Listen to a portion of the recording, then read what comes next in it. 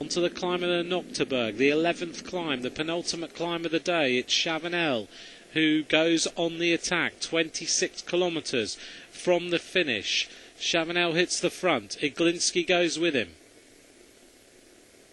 Nick Noyens looks around, sees Pozzato on his wheel. Pozzato, of course, had that crash, didn't he, in Het Neusplat right on the finish line. And just as they hit the climb of the Nocturberg, sign that they've got some problems. Hincapie riding across, looking very, very comfortable. The front group of riders, Chavanel, Iglinski, Noyens, Pozzato, Boonen, Hincapie. That's the first 6 riders on the road. Hushovd sitting on the wheel of George Hincapie, maybe feeling that that's the wheel to follow. Langerfeld rides across.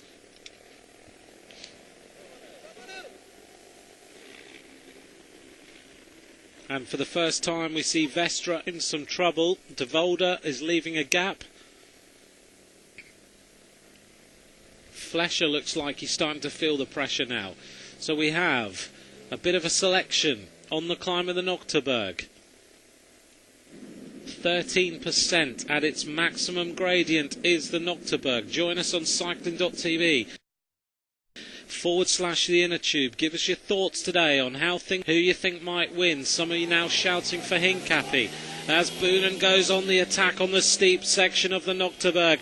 Well, he did some damage about 25 kilometres ago, but now Boonen in front of his home crowd with Pozzato looking very, very comfortable. Stamps on the pedals, using very thin bars today, Boonen, as he goes over the top of the climb, trying now to make a selection, and it's only Pozzato who is able to go with him. This is hurting Boonen, but he looks around, sees Pozzato with him. Behind, there is all sorts of damage being done. Leif Hoster blows for the Silence Lotto team.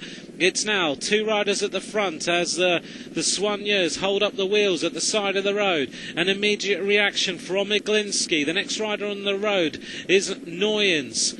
I think Hincapie is in this group. Yes, he is. He's with Marcus Berghardt.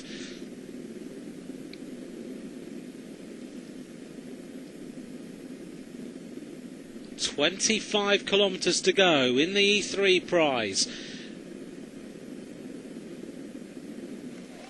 Look at Boonen. He has got the bit between his teeth today. It's full gas at the front of the E3 Prize now, as Tom Boonen, the former world champion, the 4 times winner of the E3 Prize, bids for his 5th victory. And it's only Pippo Pozzato who's able to go with him for Katusha. And it's Iglinski desperately bounces round, and you can see the urgency in this man today as he looks around, he sees he's got the gap, and he looks like he doesn't want to let anyone come back. Quite often you'll see Boonen make the selection, then he'll sit up, he'll let a few riders come back to him, but today he's not going to do that. He flicks the elbow, he's looking for Pozzato. Now you'll remember this, a very, very fast descent off the top of this climb.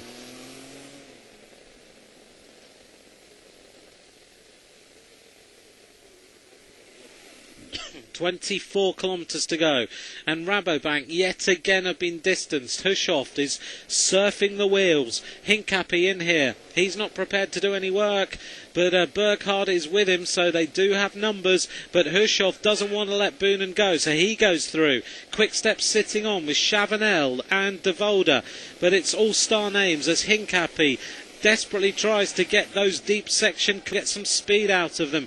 Noyens gritting his teeth. He's fighting the bike. De Volder looks very, very easy. Chavanel is there. Might actually be Van Impe. Just want to check on that. But Chavanel just working his way onto the wheels. 3 men in the lead. 24 kilometres to go. Tom Boonen, Filippo Pozzato, Iglinski. That's the 3-man leading group as they go whistling their way down the descent. De Volder's here, Chavanel, Noyens, Berghardt, Hincapie, Hushovd and Flecha. That's the chasing group on the road. Desperately trying now to bring Tom Boonen back, and it's down to Marcus Berghardt, the former winner of Ghent-Wevelgem, a stage winner in the Tour de France, who's now trying to close the gap. It's Noyens and Berghardt who are slinging each other into the action.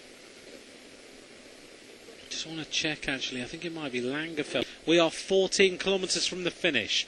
These three riders, Pozzato, Iglinski and Boonen, have 48 seconds advantage on a chasing group which contains riders such as Hincapie, Nick Noyens, Langerfeld, Hushovd. They're all in that chasing group.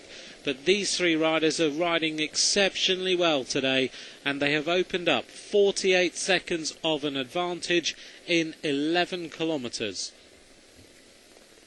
To do anything other than just set your profile up as Hushovd and Hincapie go on the attack.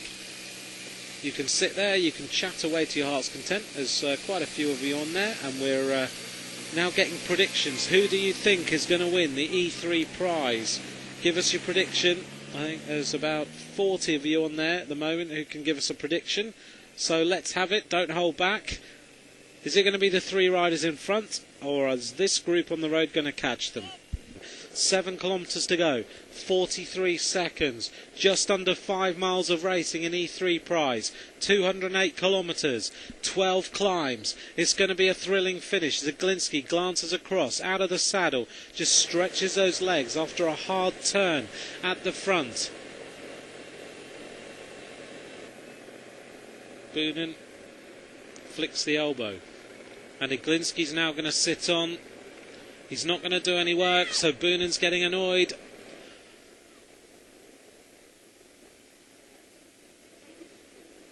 As the replica Eddie Merckx rides along the path on the side of the road in his World Championship colours.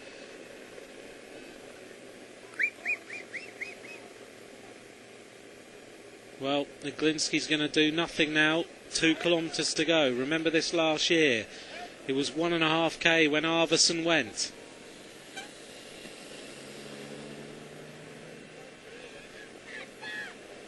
Boonen, big sigh from him. It's down to these two to do the work. Pozzato goes through. Just for the run into the finish.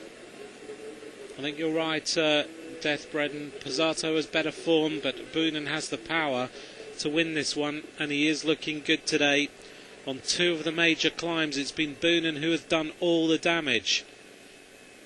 But is Iglinski going to outwit them? Can he power his way off the front of this group and win on his own? Boonen asks for Pozzato work. Iglinski yet again says, I'm not going to go through. I've got 2 sprinters with me, and there's no way I'm going to go to the finish and not win this one. So maybe Maxim Iglinski fancies this. Maybe this race isn't over. 2 kilometres to go to the finish. Pozzato goes to the right-hand side of the road. There's 1 kilometre to go to the finish of E3 Prize. 52nd edition of this race. Boonen has won it 4 times. He could win it 5. Pozzato side of the road. Iglinski's going to try and outwit them here. He's going to go for the surprise attack. Boonen out the saddle. Pozzato keeping Boonen right at the side of the road. He only wants him to go from the right-hand side. He doesn't want to let him through. And it's Iglinski who's looking ahead of him, desperately trying to see where the finish line is. This is going to be a stunning finish. Iglinski, little bit of a move on the right-hand side. Well, he shouldn't have done that. That bit of inexperience, because now Iglinski's going to have to lead out 2 sprinters. He swings over to the left-hand side. The chasers are 58 seconds behind. They're inside the last kilometre. Are they going to let Hincapie and everyone else come back up? Boonen is desperate to win the E3 Prize. Pozzato on the wheel. Iglinski's going to go with them. Is this going to be a win for Boonen? Will Pozzato win it? 500 metres to go to the line. It's taken them almost. How long did 500 metres? Boonen now moves over to the right-hand side. Pozzato is going to sit on the wheel and try and outwit Tom Boonen, but Iglinski has got to go sometime. Over to the barriers on the right-hand side of the road. Iglinski has to go. The bells are tolling in Harelbeke. They always ring for the finish of this race. Are the Belgians going to get a win on Saturday afternoon with Boonen? Is he going to make history? Pozzato's going to open up the sprint. Iglinski's still there. It's very, very wet on the road. Iglinski, Tom Boonen. Pozzato's going to go on the right-hand side. Boonen is absolutely stamping on the pedals. It's a drag to the line. Pozzato takes it. Pozzato takes it. Boonen takes second. He slams his handlebars, and Iglinski takes third. But Pozzato of Katusha, he takes the win, and they are going absolutely wild at the finish.